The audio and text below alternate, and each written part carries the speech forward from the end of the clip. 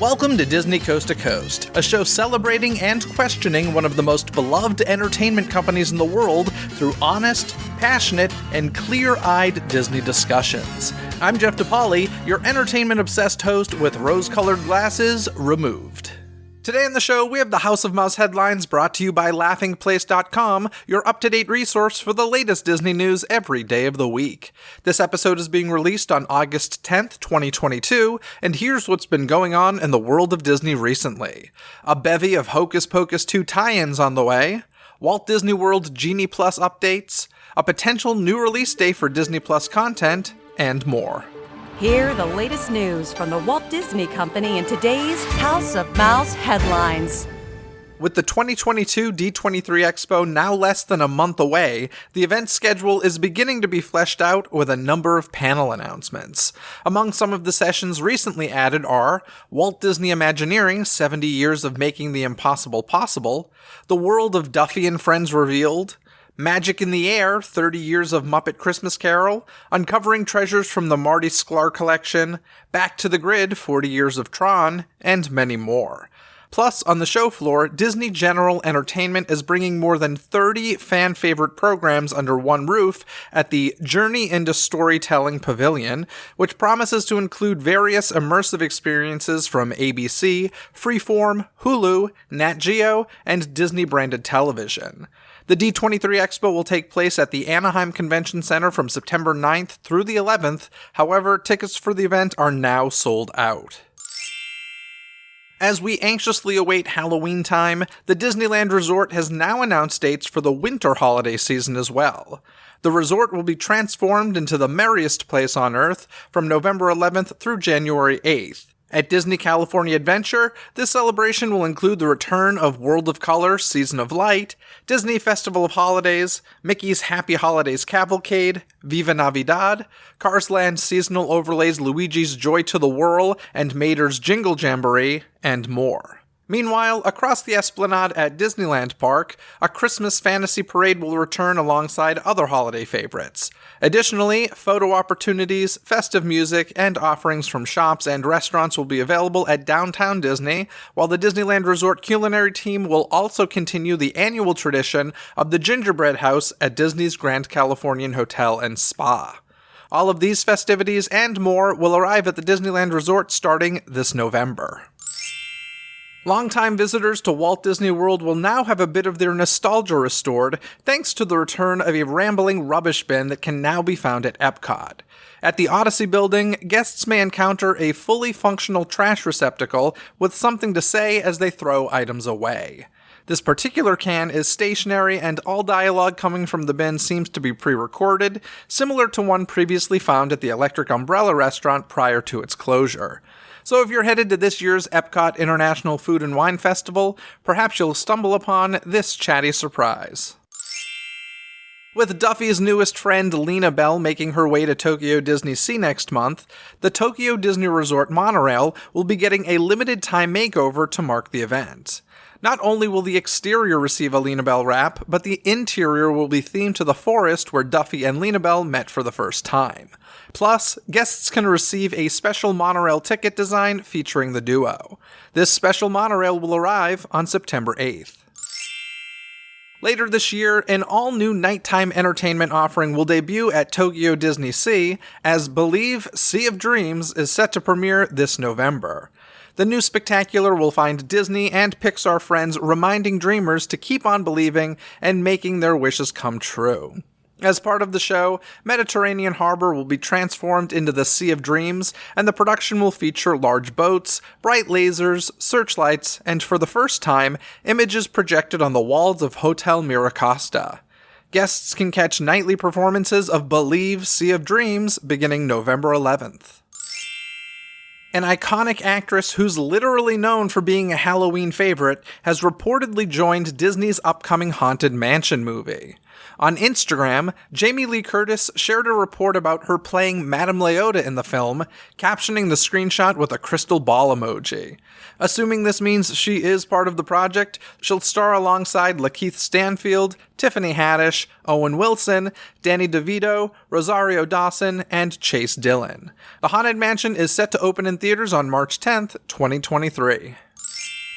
With the release of Marvel's She-Hulk Attorney at Law, it looks as though Disney Plus will be exploring a new release day. The new series has been pushed back one day and will now debut on August 18th, with subsequent episodes on Thursdays. Previously, most Disney Plus series have released new episodes on Wednesday, starting with Loki, while shows before that traditionally stuck to Fridays. It's unclear whether this means that more Thursday releases are in the future, but we'll likely be hearing more soon. Last week, Disney Plus released a new trailer for the series Star Wars Andor.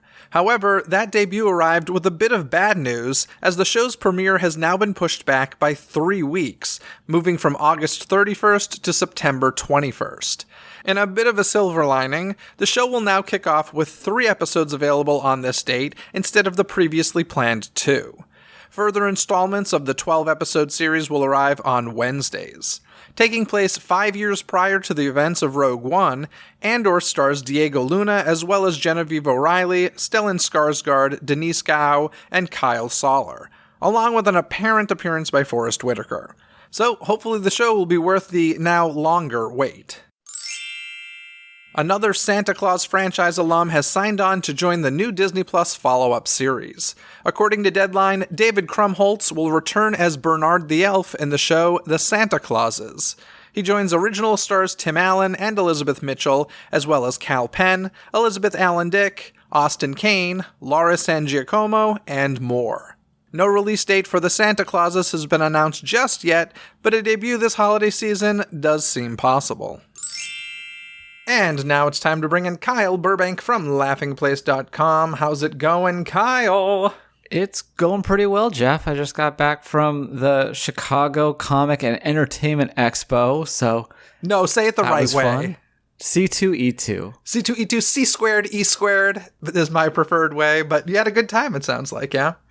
Yeah, there was some good celebrities there. Rosario Dawson was a lot of fun. Allie and AJ were there. Went to their panel. Surprisingly interesting. Who are they? And Allie and AJ, they're singers. So AJ, you might know from Schooled, that Goldberg spinoff. No? Nope. Oh, I know of Schooled. Well, she's certainly on didn't the watch Goldbergs. Okay. Yes, that I gave up on the Goldbergs after season 1. But yeah, fun. So you had a good time. Anything Disney specific there? Not Disney specific, just people, celebrities from Star Wars. There were a couple of Marvel Comics panels. But yeah, people in that universe, but nothing sponsored by Disney. Excellent. Well, let's jump into some news. Actually, first, we're going to start with a listener voicemail, because listener of the show, Monet, called the DCTC hotline and left this voicemail.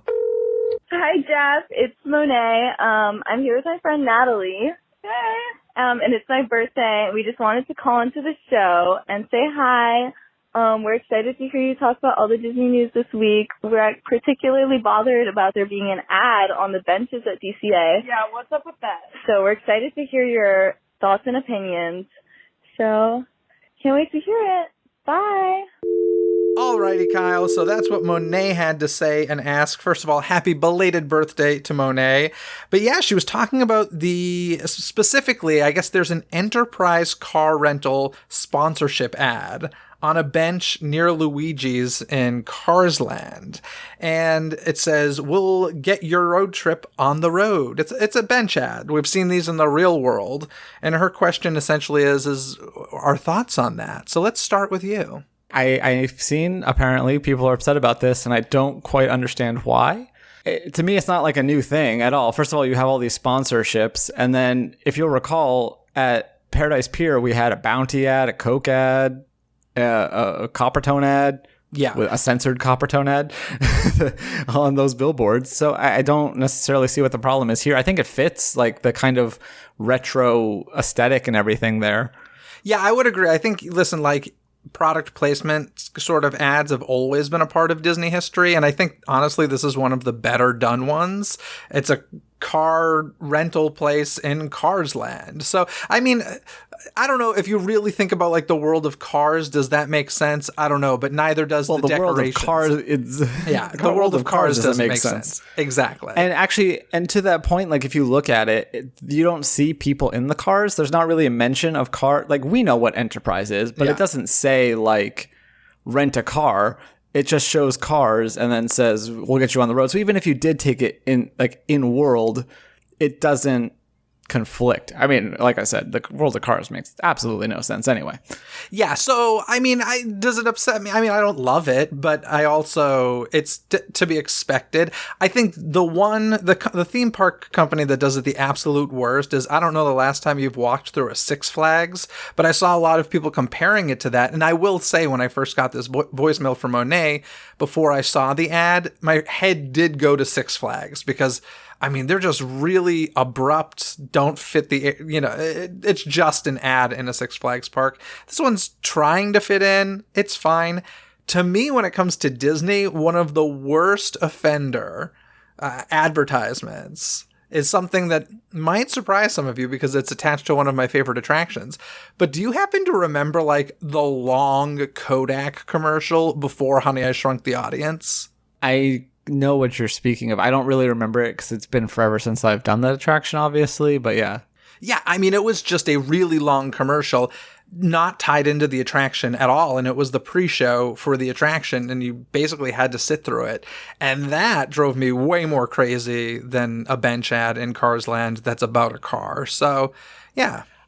Well, and also, I think Test Track, that entire ride's an ad. Yeah. from the time you enter to the time you exit. So I mean, so is Club Cool, right? I mean, it's brought to you by Coca-Cola, right? Yeah. Yeah, so there's a lot of examples of it. Does it drive me crazy?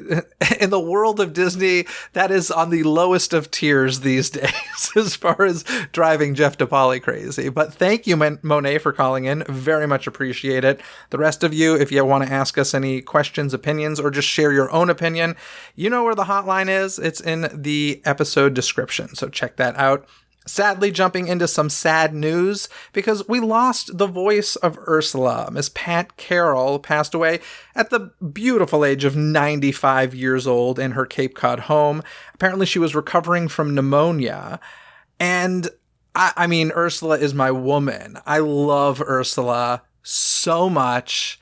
I'm a bit biased, because, like, she is by far, hands down, my favorite Disney villain of all time. Nobody even comes close. So of course this was sad news, but 95 is a wonderful life. Yeah, I mean, it was one of those things that was really sad, and you're like, well, wow, she did have a long life, and she seemed happy. Like every time you see a photo of her, it's so funny because she's known for this villainous voice, but she always seems so like happy and joyful. So it's kind of the opposite of her most known character. Even when she was performing as Ursula, if you ever saw her in a sound booth, she looked like she was having a blast and just loving life.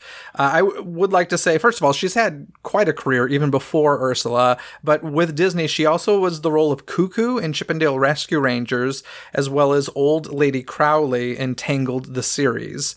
So she's done other work with Disney. Here's a big question for you, because I Googled it, and I gotta say, the term Disney legend is a little bit problematic because people will call people Disney legends even if they haven't received the Disney Legend Award. I don't believe she's an official Disney legend, is she? And I've Googled the heck out of this, and You've Googled the heck out of it? Well, here's the thing. D23.com used to have a fantastic resource for... They still do. That's my trick, is that I just Google the person's name But it's hidden there now. It used to be very simple. You could check alphabetically or by year, and it was a very, very, very simple website. Now it's like hidden, and if you go to the Disney Legends part of the page, it'll take you to some like of the most recent articles and stuff.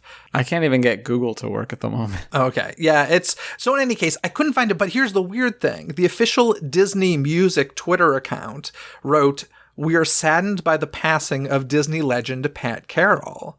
And I'm like, I don't think she's a Disney legend, although she should be. Like, she should have been before her passing, but they have not announced the legends for this year, is all I'm saying. And I would be all for a posthumous Pat Carroll Disney Legend Award. Granted, most notably one role, but I would say that role made a huge, huge footprint on the company. And, that film saved Walt Disney Animation. So, I don't know. I would love to see her become a legend if she's not one, which I don't think she is, even though Disney doesn't Music look like calls she her. is. Yeah. I Googled, I did my trick, and I come up with the A to Z, but I don't see a Legends bio, which usually comes up first when I do that. So Yeah, so... we use it in our headline if she is, and I was not around when that article was written, but yes, we did not use that in our headline. So Yeah, and like I said, it's a little weird that the Disney Music Twitter said it, but it is what it is. lowercase L is okay. I don't They think probably capitalized, but it is a little tricky though, isn't it? Like, it is. I know I've done this before. I'm like legendary Disney performer. Yeah, I do try to mix it up if I'm being specific. Yeah, so in any case, may she rest in peace. Ursula will live on forever. Ursula is amazing, and God, I love that woman. She's so, so good. Alrighty, shall we move on? Yes. Because D23 members have the chance, or I should say had the chance, to see Hocus Pocus 2 in one of the spookiest towns of all, and the setting of the movie, Salem, Massachusetts, during D23 Runs Amok in Salem, a Halloween spellbration. Exactly, amok, amok, amok. So yeah, this was a D23 event, of which they throw many. An all-day-long event celebrating in the town where the magic all began. Now, guests who go to this will receive a commemorative map of the town, highlighting many of the film's original locations for you to visit, along with some of Salem's most cherished town landmarks and witchy wonders.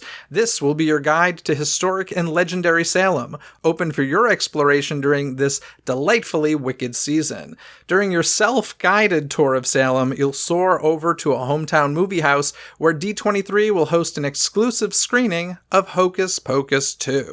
The event will conclude in grand style by relighting the candle at the Black Flame Ball held at the historic Hamilton Hall. That is not the one from the movie. Just FYI, anybody thinking that's the town hall you see the party at in the movie, it is not. It's a different location. At this fantastical Halloween costume party, members are encouraged to channel their inner Sanderson sister, Dadula, or I love this description, or pointy pop icon to dance away the night. Basically, they're talking about the Madonna bra, but the pointy pop icon, that's great. To dance away the night with live music, food, libations, and entertainment that could only be summoned once every 300 years. Although I have a feeling it may return because this sold out with tickets costing $250. Not cheap. This is taking place on October 1st. I think it's cool that they're throwing an event there, but not a price I would pay for that. Granted, I grew up very close to there, but it's a little weird only because they shot none of Hocus Pocus 2 there. Yeah, I mean, I didn't know that, but I guess that makes sense because I'm sure budget-wise, where did they film? Atlanta? I think they shot in, it was a Jersey or Rhode Island. Oh, really? I think Rhode Island. Oh, interesting. Yeah. Yeah, at first I had heard talks they were going to go to Canada, but then they got rid of that. I think it was Rhode Island. Yeah, it was the Northeast for sure. But yeah, zero Salem from what I understand. And for an additional and complimentary experience, join the City of Salem and Creative Collective on October 2nd, the following day, in an outdoor screening of Hocus Pocus at the Salem Common, the very same park where Allison and Max walked to school in Hocus Pocus. Actually, I think that might be Hocus Pocus 2 as well that they're showing. So yeah, cool opportunity. Not surprised it sold out. It's Hocus Pocus, right? But that's a steep price, especially if you have to pay for travel on top of that. And good luck in Salem on October 1st because it gets crazy. Yeah, I'm not sad to have missed out on this, obviously, given my proclivities. But since you hate Hocus Pocus. I don't hate it. I just don't get it. You don't get it. Fair enough. Hey, there are things like that. That's me and Harry Potter. I'm like, I don't get it. I'm glad you appreciate it, but I don't get it. Do you like the lands at least? I mean, that's the thing that made me like Harry Potter at all. It's funny. So my Harry Potter thing is this. I grew up watching the Rosie O'Donnell show, obsessed with it. Rosie read the book and was obsessed with it. And I was like, well, I'm going to read this book that Rosie loves. Read it, and I was like, it does nothing for me. I've only ever read the first book. I know people are like, oh, but wait till you get to the third or the fourth. No, I'm not reading multiple books to get to the third or fourth. People raved about the first. I felt nothing. So I was done with the books. I saw like a film or two here and there. They never really did anything for me. I'm probably angering so many people right now. I'm sorry. I'm glad you enjoy it though. But it wasn't until I went to the Land in Orlando, and I went in its first year. And I will say, when I turned the corner, looked through the gates of Hogwarts or through the gates of Hogsmeade and saw Hogwarts, like, I got the chills. That John Williams score swelled, and I got the chills. And even in the ride, like, I actually teared up in Forbidden Journey because I was like, this is unlike anything I'd ever experienced. And so, yes, like, I became obsessed with that land, and all I could think to myself was, I can't imagine, like, this is a religious experience for someone who is an actual Harry Potter fan. But since then, I've gone back and watched all the films just to like understand the land more, but it's just not my thing. So it's all right. Don't at me. It's fine. I'm doing okay. Fair enough. But yeah. I do have one follow-up question. Sure. Given that origin story, do you also love Tom Cruise? Not in the least. In fact, I avoid Tom Cruise. So you're off of Rosie's recommendations, is what I'm hearing. No, I quite literally avoid Tom Cruise. I don't love Can you hear me? Yeah, I don't love everything Rosie loves, but I love Rosie, and there are quite a few things she's introduced me to that I do love very much. And let's just take a moment to realize she is Rick Moranis' wife in the Flintstones. Can you imagine how excited I was when I found out the Flintstones was being made with Rosie O'Donnell and Rick Moranis? I didn't even think about that, but that's pretty brilliant. It's pretty exciting. And now to know that it's the guy that created Hocus Pocus who executive produced the Flintstones. I was like, okay, my worlds are colliding in many ways, and I'm here for it. Anyway. So yeah, I'd be curious to know if any listeners actually got tickets to go experience the Hocus Pocus thing in Salem.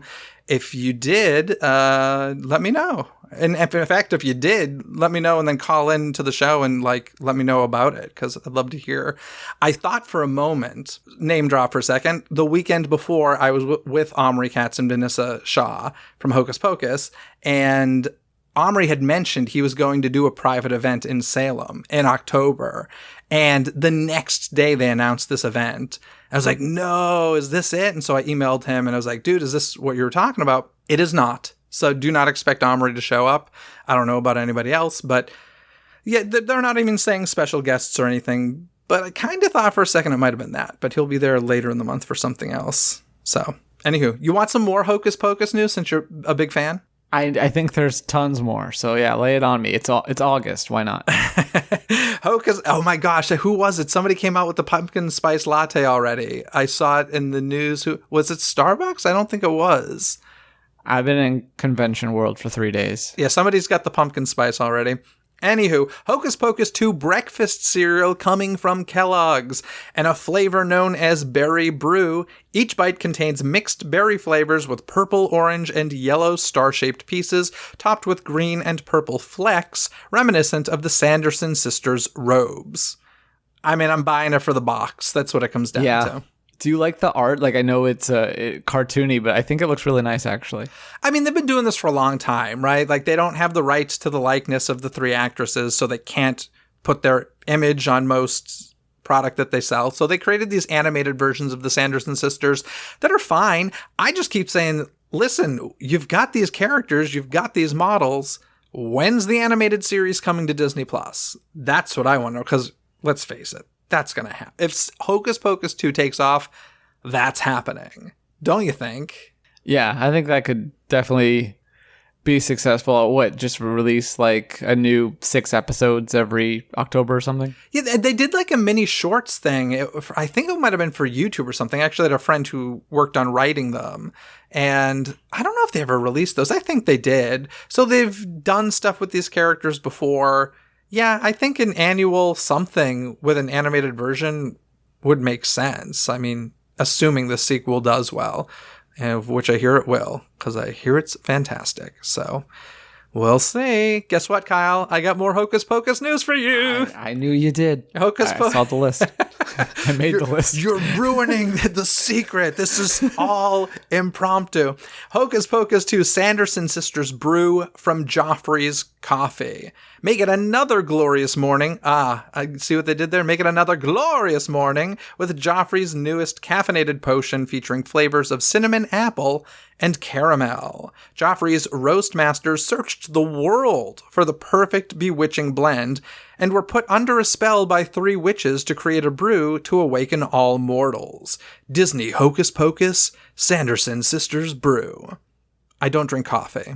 Oh. So I won't. I like Joffrey's.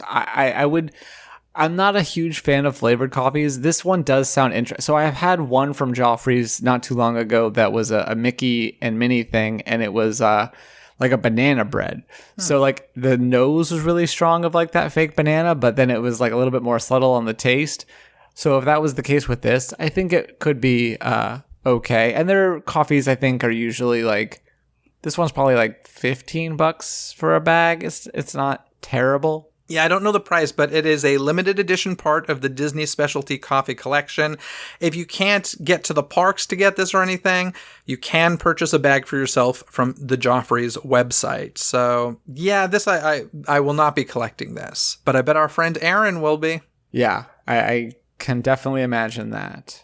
I've fallen in love with, it's funny because I'm not much of a collector of things. I mean, books, but like I'm not a pin guy or anything or a merch guy all that much. But when it comes to like product marketing stuff, that's what gets me whenever there's a cool tie-in. So the Kellogg cereal excites me. And I just bought like all of the Jurassic World Barbasol cans. Like that's the type of collectible crap that really entices me. So I like these tie-ins. I think they're kind of fun, and Hocus Pocus is getting love, so they don't care that you don't like it, Kyle, because a lot of people do. I know.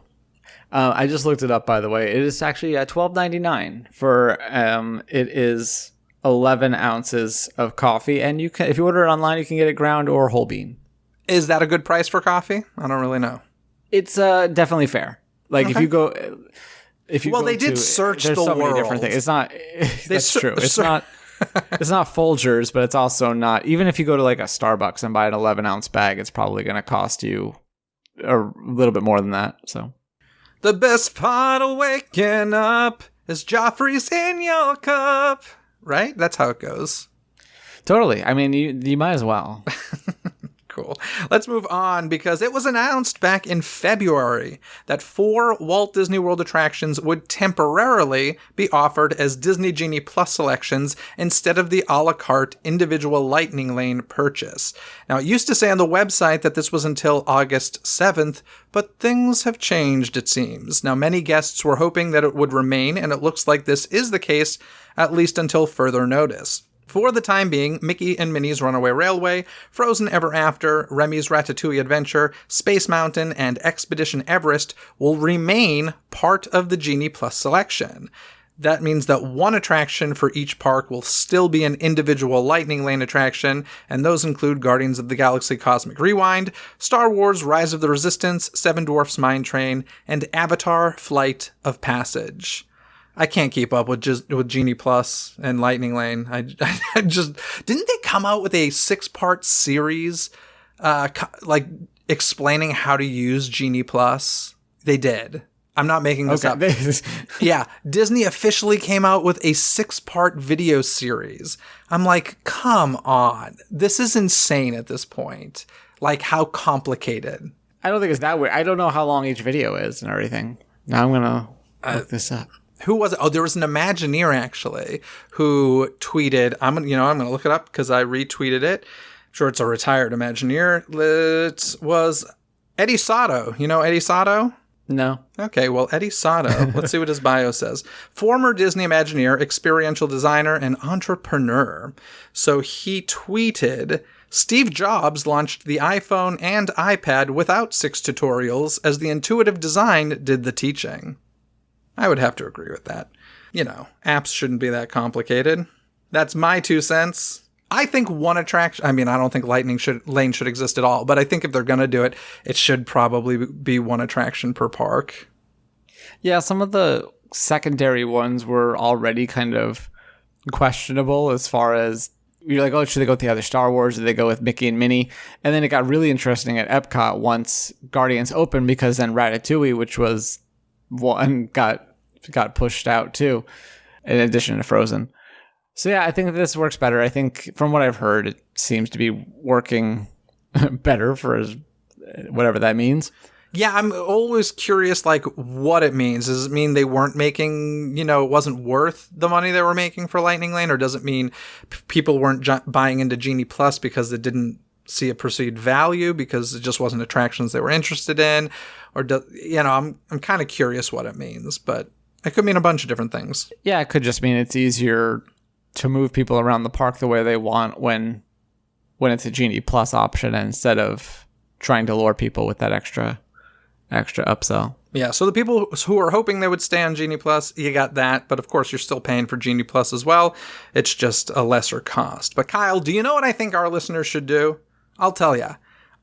Instead of spending their hard-earned money on Lightning Lane purchases, giving even more money to a greedy corporation, why not support small businesses like Souvenir Sense, huh? I think that's a valid question. Well, I didn't take a guess at which one you were going to do. Which also, by the way, helps support this very free, no Lightning Lane required podcast. Yep, that's it. That's the ad insert for the day. Folks, the spooky season is right around the corner, and seriously, if you're like me, you will be burning candles non-stop throughout the season. So check out all of the themed candles that Souvenir Sense has to offer by clicking the link in this episode's description, and don't forget to use code DCTC when checking out to save 15% from your order. Once again, the link's in the episode description, and use checkout code DCTC to save.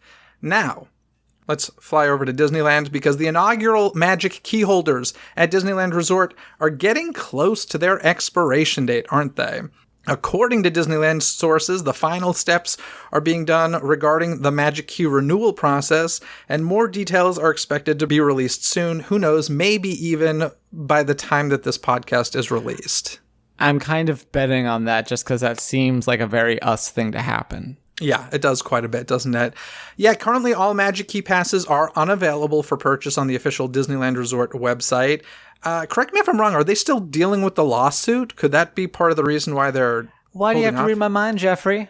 Yeah, that's my absolute best guess as to why it's taking so long. Even if it's not necessarily like directly tied to that, they have to figure out how they're going to word things, I would imagine. I was going to say, but that's not going to happen overnight. It's not like they're going to get that resolved. Exactly. So that's why I feel like it's got to be... I feel like there's probably a lot of eyes on whatever they're going to do, meaning internally and the lawyers and all of that. I feel like they have to figure that out. Again, total best guess, but if that thing is going forward, I know it's not going to get... Presumably, it's not going to be resolved unless they are trying really hard to settle, which I don't know how you settle because isn't it class action? So it would be... I don't know who they deal with. I don't know how that works, but yeah, it'll be... Do you think the price will rise? They always do, right? I guess so. I mean, I don't know if the price will rise or they'll keep the price the same and just make it even crappier than before. Those are your choices. No, the other choice is raise the price and make it crappier, which is what they did with Magic Key. So there is a precedent, just saying. Could happen. You never know. Well, what I was thinking too is Disney earnings are on, I think, Wednesday or Thursday. And so maybe this will be their big announcement. We're like, hey, we're once again willing to take people's money.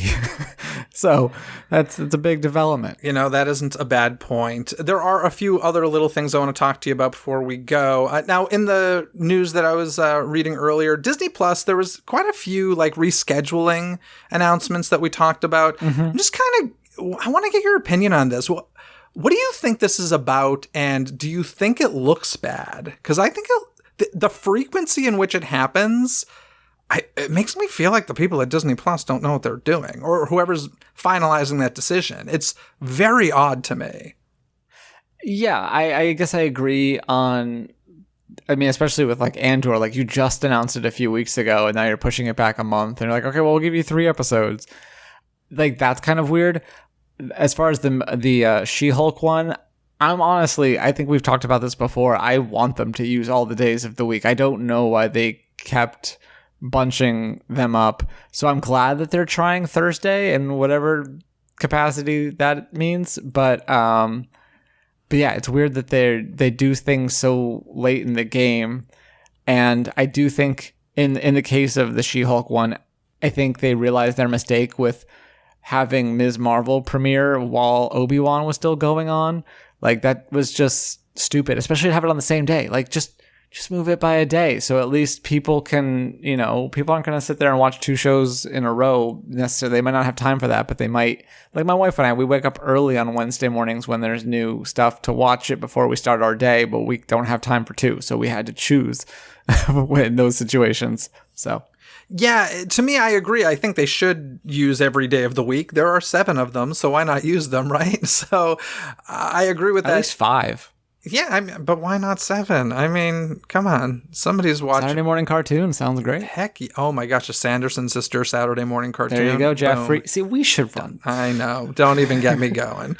But yeah, I don't. It's just odd to me that they make an announcement and then change it. So like they change it as if there's no repercussion, and I guess there's not. People are going to watch it whenever they put it on, but I just think it looks really bad from the outside looking in.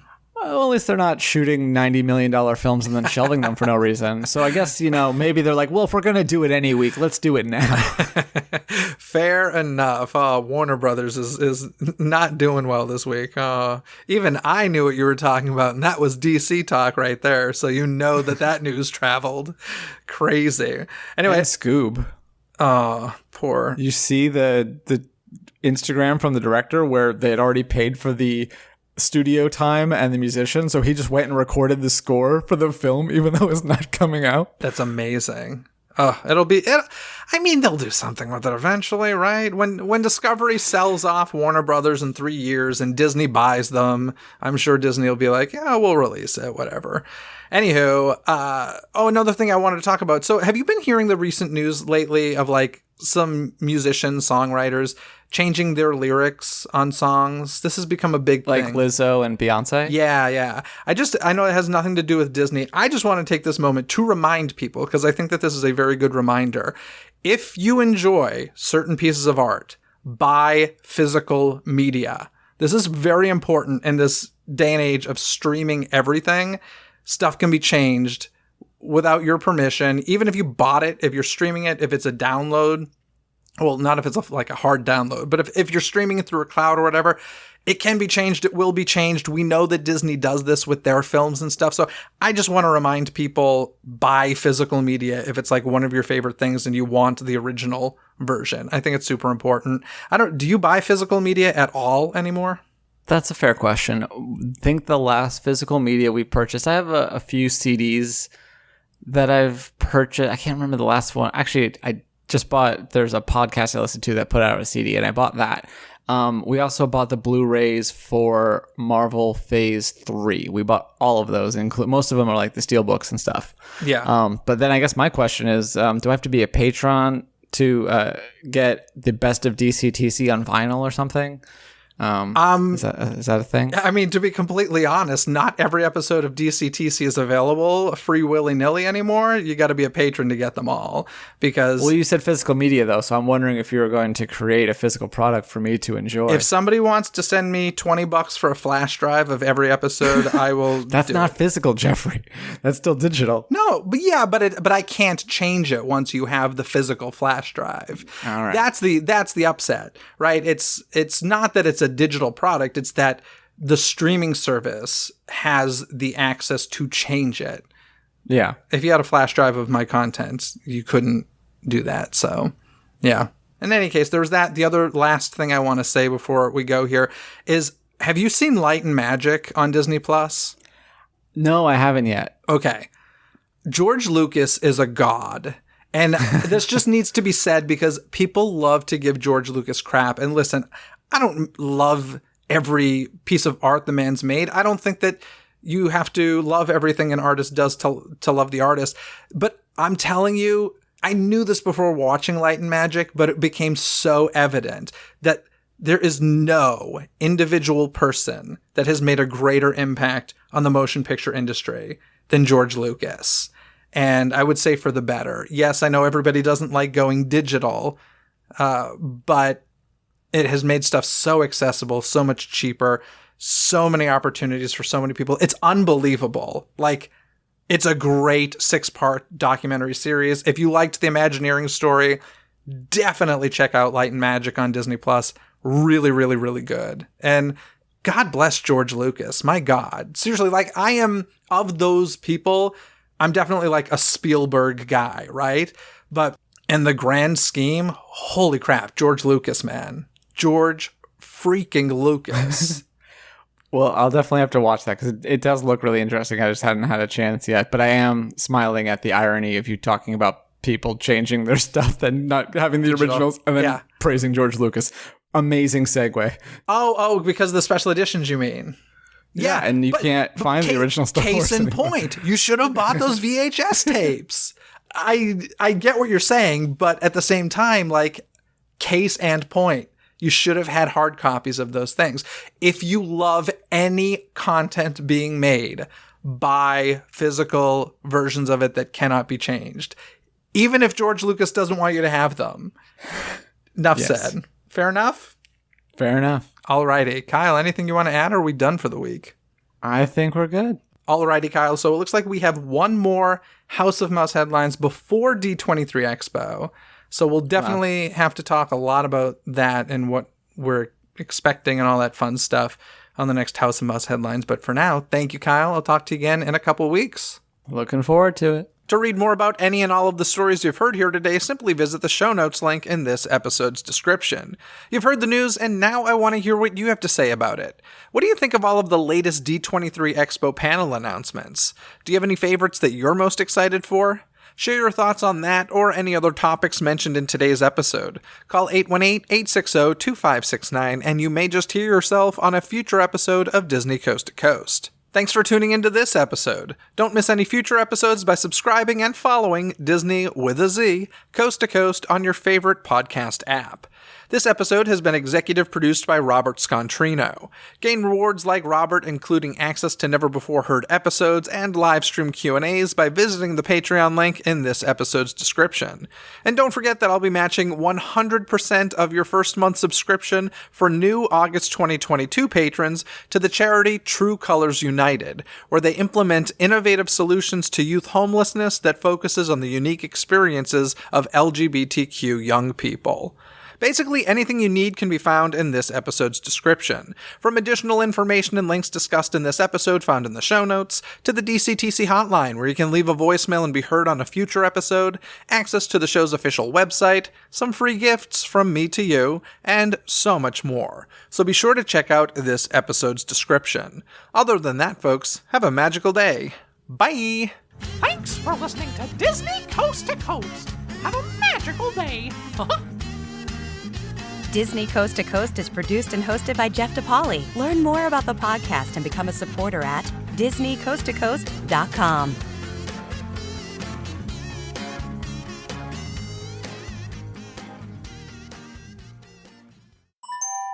This podcast is part of the DePodcast Network. Learn more about this show, plus find more quality and entertaining podcasts at DePodcastNetwork.com. That's DEPodcastNetwork.com.